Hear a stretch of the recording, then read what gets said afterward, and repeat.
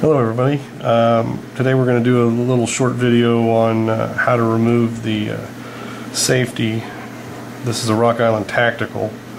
A good friend of mine on YouTube, Tacticaltroll, recently purchased a Rock Island Tactical in 45. This particular one is in 9mm, but safety removal is the same for both. First thing we're going to do is go ahead and we'll clear this weapon. Nothing in the chamber. There's no magazine. Next thing you're going to do is just your typical field strip. We'll set that slide aside because we don't need it. For removing the safety, you're going to move it to about the mid position between safety on and safety off. And as you do that, you're going to wiggle it and pull. And you'll notice that the safety is just starting to separate from the frame, and that's what you're wanting. As it does, it'll release.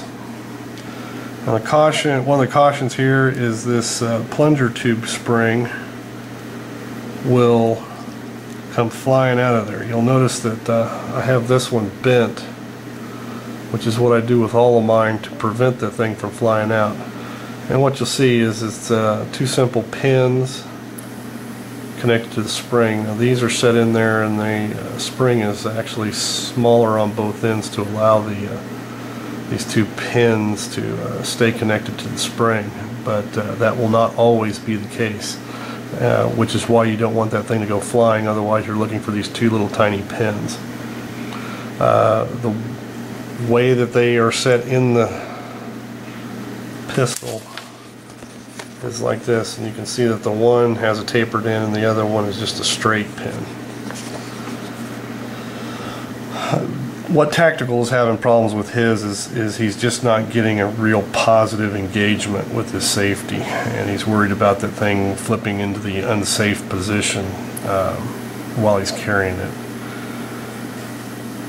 My suggestion to him was to either contact Rock Island and see if they'll send him another spring, or go ahead and make this bend in it and see if that does help too. With the ambidextrous safety, if you were going to further disassemble the pistol, you would have to remove the opposite side. And one of the things you'll notice here is there's a small pin protruding out. That pin has a little groove cut in it. I don't know if you're going to be able to see how that safety has a little leg that's cut into it that fits into that groove. This pin is the pin that holds the sear and disconnector in place. But to go ahead and remove the right hand side of the safety, you just pull it up so that it's no longer engaged in that pin and pull it out. What that will do is that will release your grip safety. The pin from the safeties is what holds the grip safety in place. Then you would just continue with your regular disassembly of it. We're going to go ahead and see if we can get this thing back together without having to completely disassemble the pistol again.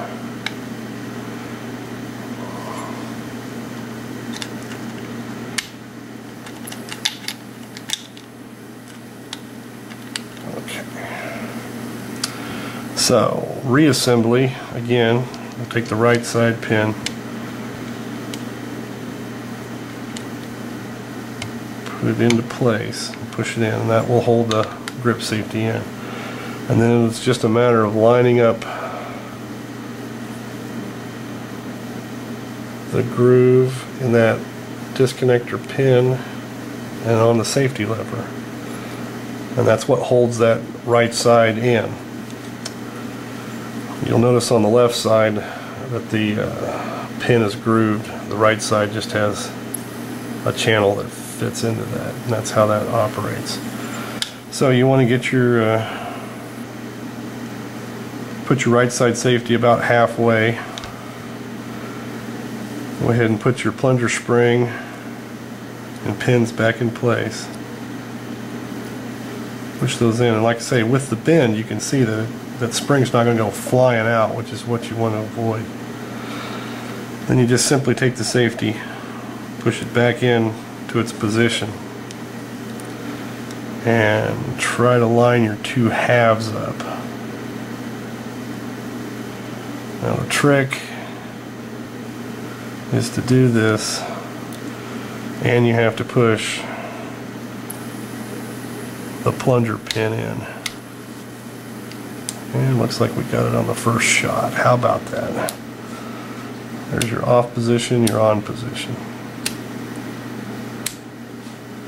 Like I say, Tactical's problem is he's just not getting a positive engagement on that, and that's what he's wanting to try to repair. So this is my suggestion to do that, is go ahead and take your safeties apart with that pin out, with the plunger spring and pins out. Go ahead and just put a slight bend into that spring and stuff it back in there. I think that'll solve your problem. We'll just go ahead and reassemble the slide back onto the frame. Line our slide stop up, hopefully. Go back to the breakdown notch, insert the slide stop, and we're done. Anytime you're messing with the safeties, of course, you want to perform a function check on it. The safety is off, grip safety is held, and we're getting positive engagement of the hammer. Safeties are on. They are both functioning together.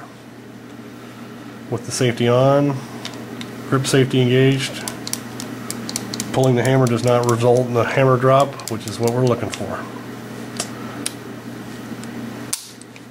Hope you find this interesting. Have a good day. We'll talk to you later.